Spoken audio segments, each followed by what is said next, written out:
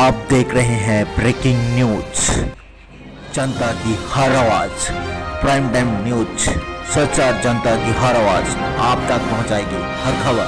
IBN 24 news Jharkhand.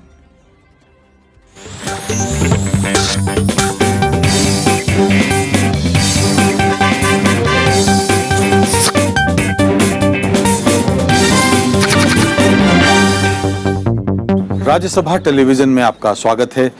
मैं हूं राजेश बादल और हम हैं इस वक्त काठमांडू में, जो नेपाल की राजधानी है। भारत का ये खूबसूरत पड़ोसी देश पिछले 3-4 दिनों से तबाही और बर्बादी का खौफनाक मंजर देख रहा है। पिछले 100 साल में जलजले का सबसे विकराल चेहरा। भूकंप के इसी गुस्से पर है हमारा आज का विशेष।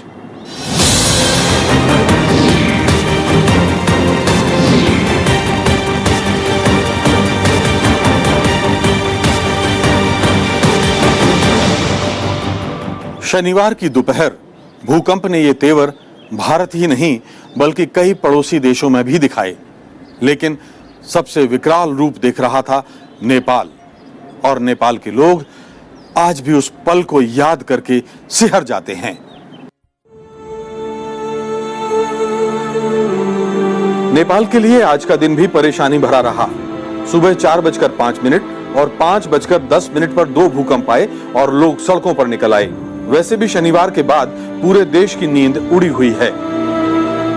सुबह हालांकि मौसम अच्छा था और 3-4 घंटे राहत कार्यों में तेजी आई, लेकिन दोपहर होते होते घने बादल छा गए और मूसलाधार बरसात शुरू हो गई। काठमांडू की सड़कों पर ओले भी गिरे। इस कारण मलबे में दबे लोगों को निकालने का काम रोकना पड़ा। पूरे नेपाल में अंदरूनी इलाकों में अभी भी हजारों लोग मलबे में दबे हैं और उनके बच निकलने की उम्मीद कम है। अब तक करीब 4,500 लोगों के मारे जाने की खबर है। इनमें काठमांडू में सर्वाधिक 1,500 लोगों ने जान गंवाई है। नेपाल के प्रधानमंत्री भी मानते हैं कि मरने वालों का आंकड़ा बढ़ सकता है। निर्माण कार्यलाई सघाउन स्वदेश तथा विदेशमा रहनुभएका समस्त नेपाली दिदीबहिनी तथा दाजुभाइहरूबाट अभिव्यक्ति सहानुभूति, सान्त्वना र उदारपूर्वक प्राप्त सहयोगको प्रशंसा गर्दछु। स्वेच्छाले यस्तो परोपकारी कार्यमा राहत बढाउनु हुने समस्त महानुभावहरूप्रति म कृतज्ञता व्यक्त गर्दछु। इस बीच भारत से भेजी गई बचाव दल की टुकड़ियों ने भी लोगों को निकालने का और बचाने का काम तेज कर दिया। भारतीय वायुसेना ने भूकंप के कारण अंदरूनी इलाकों में फंसे लोगों को सुरक्षित स्थानों पर पहुंचाया। भारतीय स्वयंसेवी संगठन भी बड़ी मात्रा में कपड़े, पानी, दवाइयां और तंबू जैसे आवश्यक सामान की आपूर्ति कर रहे हैं। राहत कार्यों में भारत की भूमिका की अमेरिका ने भी सराहना की है। उधर उत्तर प्रदेश और बिहार की सरकारों ने अपने स्तर पर बचाव कार्यों में अपने तंत्र को झोंक दिया है। हालांकि आज भी विमान सेवाएं अस्त व्यस्त रहीं, मगर सैनिक विमानों और सड़क के जरिए लोग सुरक्षित भारत पहुंचते रहे। और ये ऑपरेशंस पिछले 72 घंटे से चल रहा है। हमारे जवान जो हैं दिन रात मेहनत करके और इन शवों को और इन जिंदा लोगों को निकाल रहे हैं। और प्रतिदिन नेपाल आर्मी की मदद से वो हमें बताते हैं कि कहाँ जाना है और उन स्थानों पर, उन मोहल्लों पर हम जाते हैं और जहाँ स्ट्रक्चर्स कोलैप्स कर गए हैं उनमें हमारी टीम, NDRF की टीम जो है सर्च करती है और रेस्क्यू करके उन लोगों को निकालने का प्रयास कर रही है। जिन लोगों को खाने पीने की समस्या है तो भारत सरकार की तरफ से नेपाल सरकार को हम लोग ये साधन उपलब्ध करा रहे हैं ताकि वो लोग उसका वितरण कर सकें। टेंट्स हैं, चाहे खाने पीने की चीज़ें हैं, जिन लोगों के घर ढह गए हैं तो वो टेंट्स में रह रहे हैं, तो ये प्रायोरिटी है। लेकिन अभी भी बड़ी चुनौती नेपाल की जिंदगी को पटरी पर लाने की है। सुरुको भूकम्प हुँदाखेरि म आफ्नै कोठामा थिएँ र भूकम्पको झट्का मैले फिल गर्ने बित्तिकै म तल झरिहालेँ। झरेर बाहिर आउने बित्तिकै मेरो अगाडिको घर ढलिहालेँ। त्यसको अलावा म दरबार स्क्वायर आएँ र मैले आफ्नो दरबार स्क्वायर खोज्न बाध्य भएँ। मैले आफ्नो दरबार स्क्वायर मैले त्यहाँ पाइनँ। मेरो भक्तपुर म खोजिदिएको छु अहिले। मेरो वास्तविक भक्तपुर अहिले कहाँ छ म त्यो खोजिदिएको छु अहिले। अरू समस्या अब टोयलेटको समस्या छ, पानीको समस्या छ।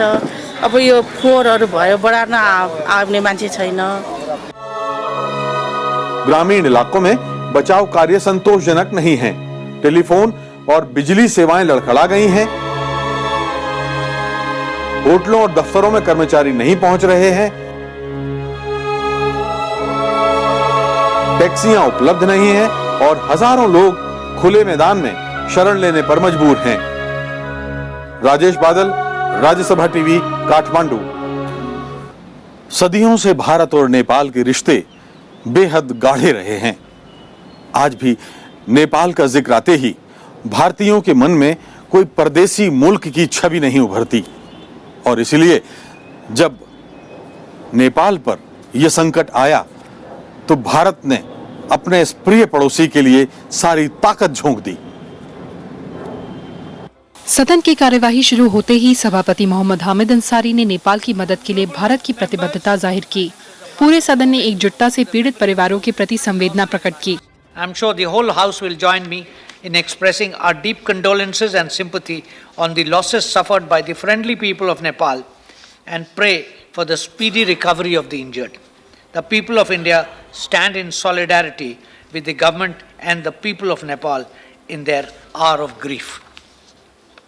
I'm sure the entire House will join me in expressing our deep sorrow and sympathy to the bereaved families in India who lost their near and dear ones and pray for the speedy recovery of the injured. संचार और सूचना प्रौद्योगिकी मंत्री रविशंकर प्रसाद ने social media पर फैल रही अफवाहों की कड़ी निंदा की। वहीं संसदीय कार्य राज्य मंत्री ने नेपाल में राहत और बचाव का काम युद्ध स्तर पर चलाने पर जोर दिया। सर, इस सदन के माध्यम से सिर्फ एक अपील करना है, क्योंकि मैं संचार मंत्री हूं और आईटी मंत्री हूं। सोशल मीडिया पर कई बार एक कमेंट आता है और वो फॉलो होने लगता है कि कल रात में 9 बजे भूकंप आएगा, यहाँ पर आएगा, 8 बजे आएगा।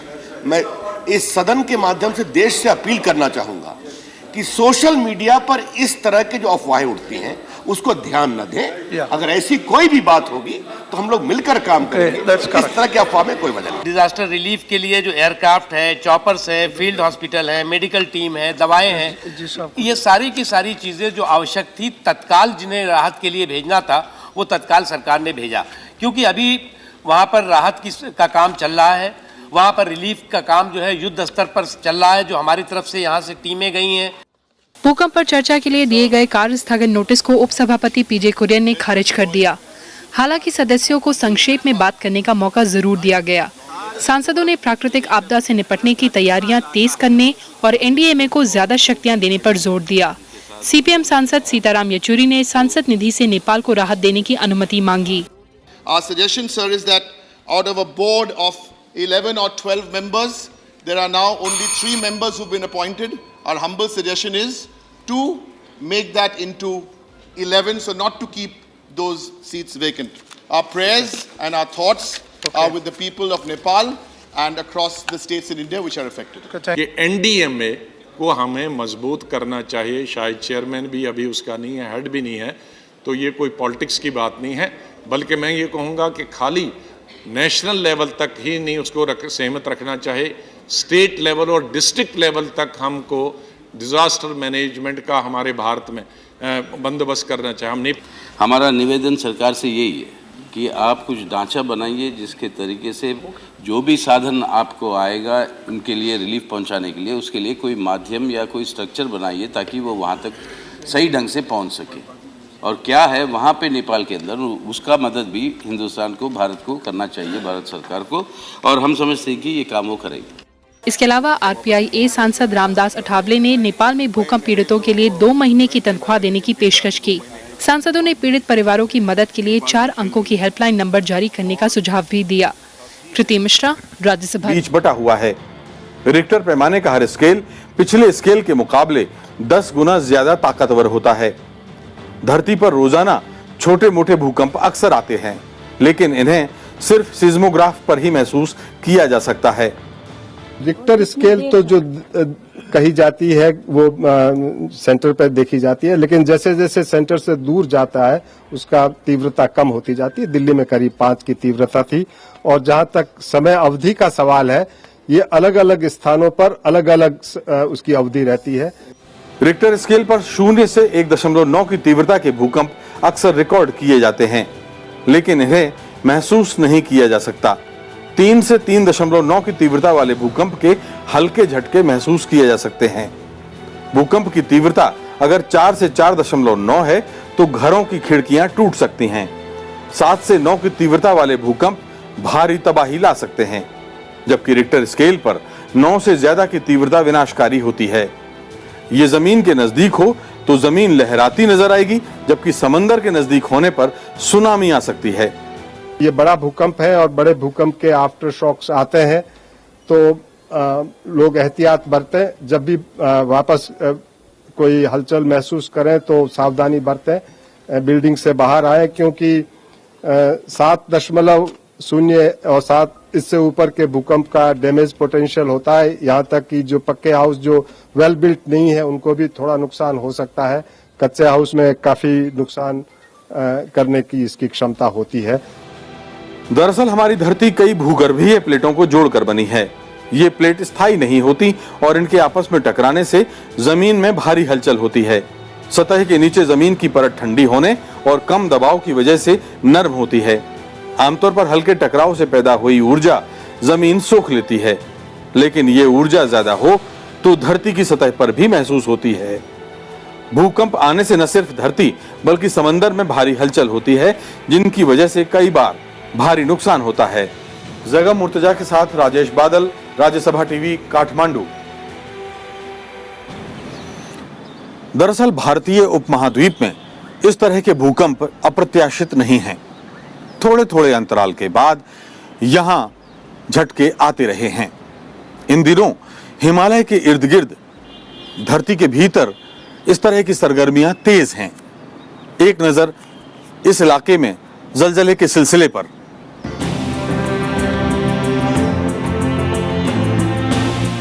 भारतीय उपमहाद्वीप की धरती अपने भीतर उथल पुथल के दौर से गुजर रही है। दरअसल भारत जिस भूगर्भीय प्लेट पर स्थित है वो हर साल एशिया की तरफ खिसक रही है। मध्य एशिया की तरफ हर साल ये करीब 47 मिलीमीटर खिसक रही है। वैज्ञानिकों के मुताबिक भारत करोड़ों साल पहले एशिया का हिस्सा नहीं था। समुद्र में लगभग 6000 किलोमीटर तैरते हुए भारतीय उपमहाद्वीप करीब 5.5 करोड़ साल पहले यूरेशिया की प्लेट से टकराया। टक्कर इतनी जबरदस्त थी कि इससे हिमालय का निर्माण हुआ। इसके बाद से इस इलाके में लगातार भूगर्भीय गतिविधियां होती रहती हैं। एरिया पूरा हिमालय जो है ये हमारा एल्पाइड बेल्ट के ऊपर डिपेंड लाई करता है। एल्पाइड बेल्ट वो एरिया है जो कि न्यूजीलैंड, ऑस्ट्रेलिया से होता हुआ इंडोनेशिया कंप्लीट, और उसके बाद नॉर्थ ईस्ट इंडिया और हिमालय, देन अफगानिस्तान और मेडिटेरियन सी से होता हुआ यूरोप तक जाता है। इसमें दुनिया के लगभग जो है करीब 10 से 15% के भूकंप आते हैं। तो ये भूकंप के लिहाज से जो है सरकम पैसिफिक एरिया के बाद सबसे एक्टिव जोन माना जाता है। ऑटोमेटिक तकनीक से रोक दिए जाते हैं ताकि नुकसान कम किया जा सके। कैलिफोर्निया में अर्थक्वेक बहुत आते हैं। नेचुरल लॉस एलमस लेबोरेटरी है, वहाँ पे देखा जा रहा है कि अर्थक्वेक्स कैसे आते हैं। इसी तरह से इंडिया में भी एक कोयना के पास जो है एक लेबोरेटरी बनाई जा रही है, जो कि जिसपे फॉरेनर्स और इंडियंस मिलकर देख रहे हैं कि रिजर्वायर इंड्यूस सिस्मिसिटी के बेसिस पे जहाँ फॉल्ट भी ना हो तो अर्थक्वेक के प्रोसेस क्या है, अर्थक्वेक कैसे आता है, लेकिन अभी तक कोई इसका उपाय नहीं हो पाया। दरअसल जब कोई भूकंप आता है तो उसमें से 2 तरह के वेव निकलते हैं।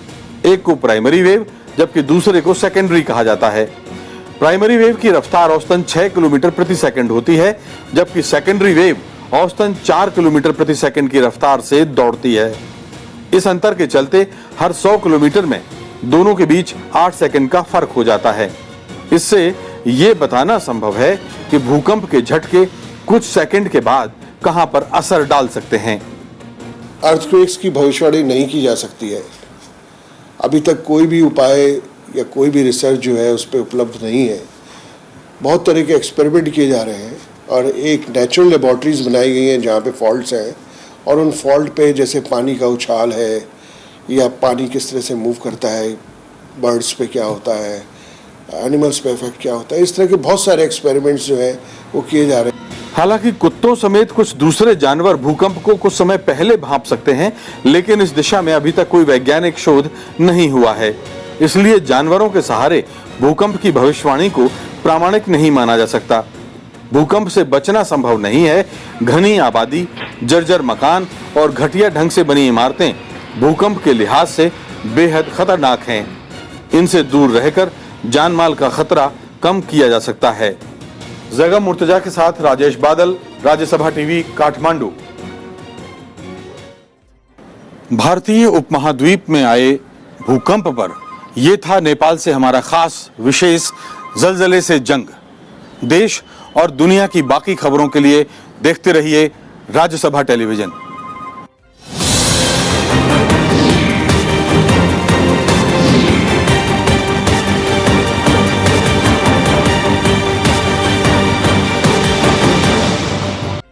आप देख रहे थे ब्रेकिंग न्यूज, प्राइम टाइम सच और जनता की हर आवाज। आप देखते रहिए IBN 24 न्यूज झारखंड। हर खबर से अपडेट रहने के लिए हमारे YouTube चैनल को लाइक, कमेंट, शेयर कीजिए।